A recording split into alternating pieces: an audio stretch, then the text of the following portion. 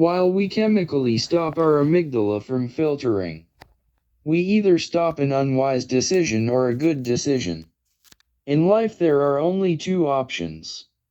Residing location of continued occurrence is important knowing, while which thought is being restricted, vanishes from our awareness, concludes a continued decision. Therefore, is it wise to continue using these drugs or is it wise to stop using them? No one can ever know which decision is withheld while these drugs are at work.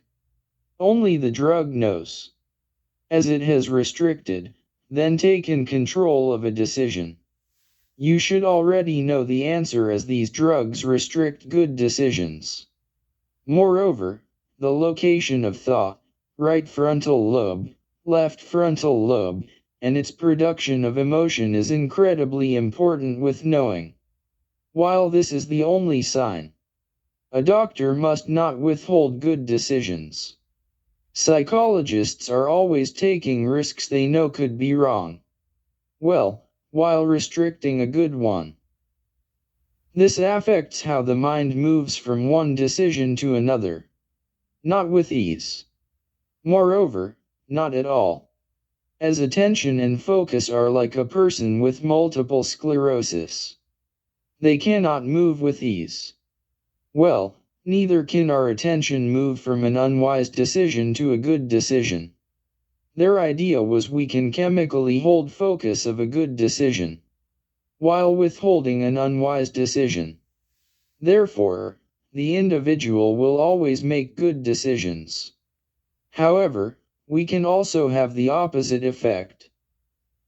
Holding on to a good decision, withholding, not to occur, a wrong decision. Holding on to a wrong decision, withholding, not to occur, a good decision. While mental health thought they had a great concept. Number 2 happens a lot. While this happened to me, the one thought they never included in their research was the idea people develop a rearranged order of location, what side of the mind processes what type of thought, good, bad. While looking at number 2, we see bad thoughts being controlled and held in place, not withheld, as to prevent these thoughts and emotions from being the decision. No, we find good thoughts being withheld so the individual cannot make good decisions. Differences, rearranged thought types. Realistic idealists left lobe, bad thought, right lobe good thought. Right, bad. Left, good.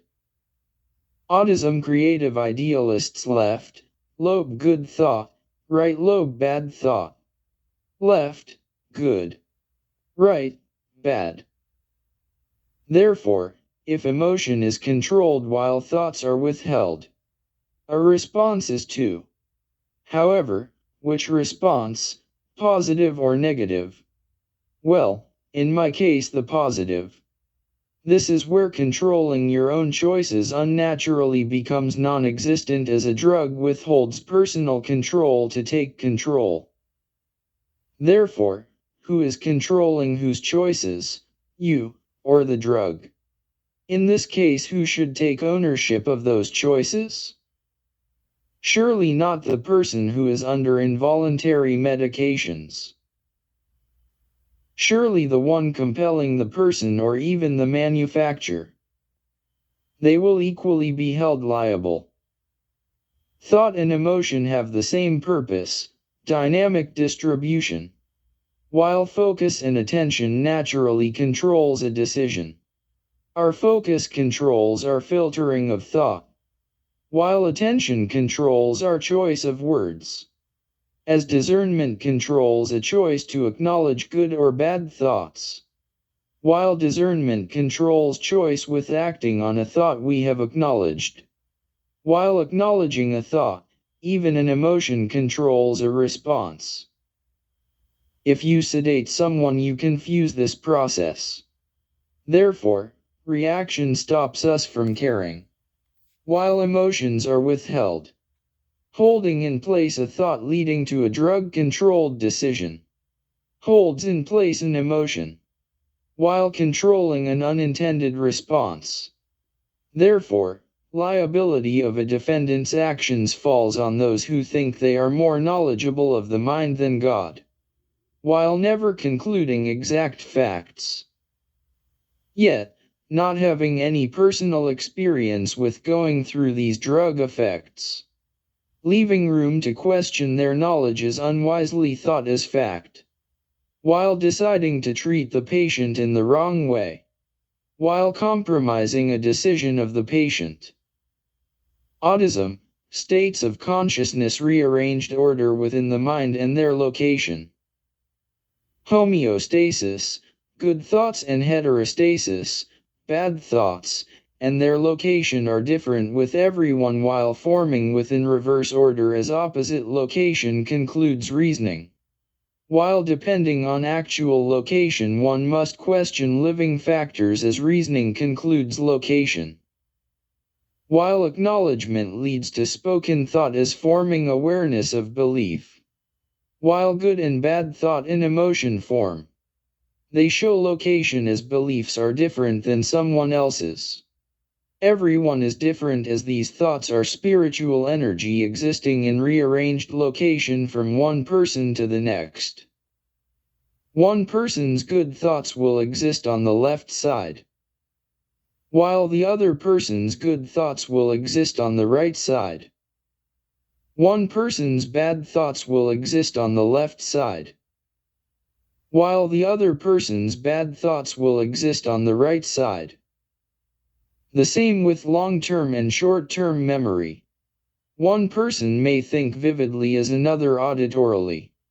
Some, on the other hand, process both vividly and auditorily while not showing a place of inability. Although recognition plays a role in being aware of your own evaluation, one must find awareness asking themselves these personal questions to gain insight into their condition. We must ask ourselves how we process.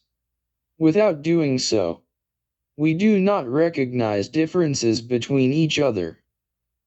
Also, we cannot relate to one another as our focus is held in place of differences.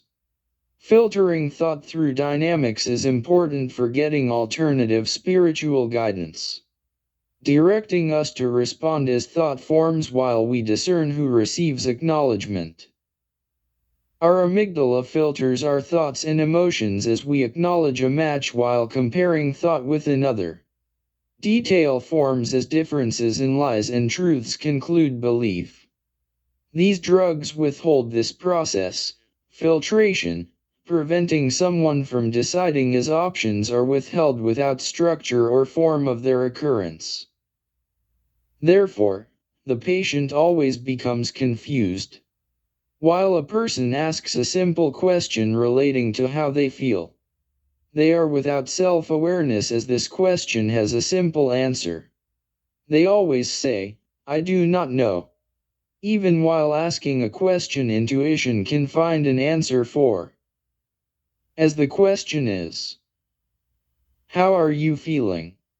a patient cannot answer with elaboration, as important thoughts and emotions expressing deep meaning for the question are withheld. Causing them to answer, "I do not know," is an answer they say quite often, is avoiding the question as they cannot explain while words are withheld. To be aware of how you feel is important. However, for mental health, it is a wonderful thing these drugs make us unaware. They want us to be, as they do not want anyone proving what they are doing has caused the person to molest children. While these drugs have caused us unawareness of right and wrong, while withholding options that make us aware we should sue, they are ecstatic they are withholding an alternative way as we are unaware of the need to. We become unaware of the need to defend ourselves by being unaware of cause. Ensuring mental health never faces consequence. They are ecstatic, defendants are led to take the blame. while in the public's view the actions of a defendant are caused by a precondition, while mental health has led them to believe this. Yet, this is not completely true. While it is extremely important, we can decide between wrong and right. Moreover, mental health restricts the most crucial decision, a good decision. Moreover, mental health loves the idea that the public is always focused on a defendant being forced to take ownership, while an action ensures liability. While believing they will never face consequences if a patient is confused and commits the act of sexual abuse as mental health has caused their lack in judgment. They use this belief, knowing it's true while believing their secrets will never be revealed. However, I have their number and it is coming up on God's list. While they believe the patient is confused, on these drugs no one will ever know as personal experience, as to go through drug effects, never finds an awareness in a defendant's mind for cause of the defendant's actions. While what they have done to their patient has caused them to molest repeatedly. Yes, mental health withholds awareness from a sexual predator so they can withhold his understanding he is not at fault. While his judgment was impaired by mental health. While doing this he cannot defend his innocence. Simply put, causing us to be confused ensures as we are unaware what has happened and is happening to us. We will never find a reason within the statute of limitations to sue mental health. It is to withhold a reason. Therefore, unjust. Therefore, unable to defend ourselves while mental health knows they're liable. Yet we do not. After they are aware we are confused, they continue with alluring of deceptive trust. Just like the wolf in Granny's nightie. Therefore, the public never knows who the responsible parties are. Doing this ensures the public never knows while children continue being molested by their decisions impairing people's judgments. Making the defendant confused can continue a defendant being responsible according to the justice system.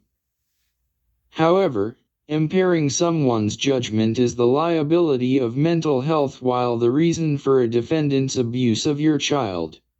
In this case a defendant is not liable for abusing your child. Yes, mental health is conning you with deviancy and cunning manipulation. While sly, common sense lures you away from real love. While they are grooming you with misleading words. Therefore, I call them wolves in sheep's clothing. A childhood nursery rhyme, story. Little Red Riding Hood. Choosing a response. The choice to respond now becomes acknowledged only as clarity forms an awareness of a decision. However, as unclear thoughts form a haze over comprehension, we find it difficult to decide. As alternate options force a decision while alternative options are unclear.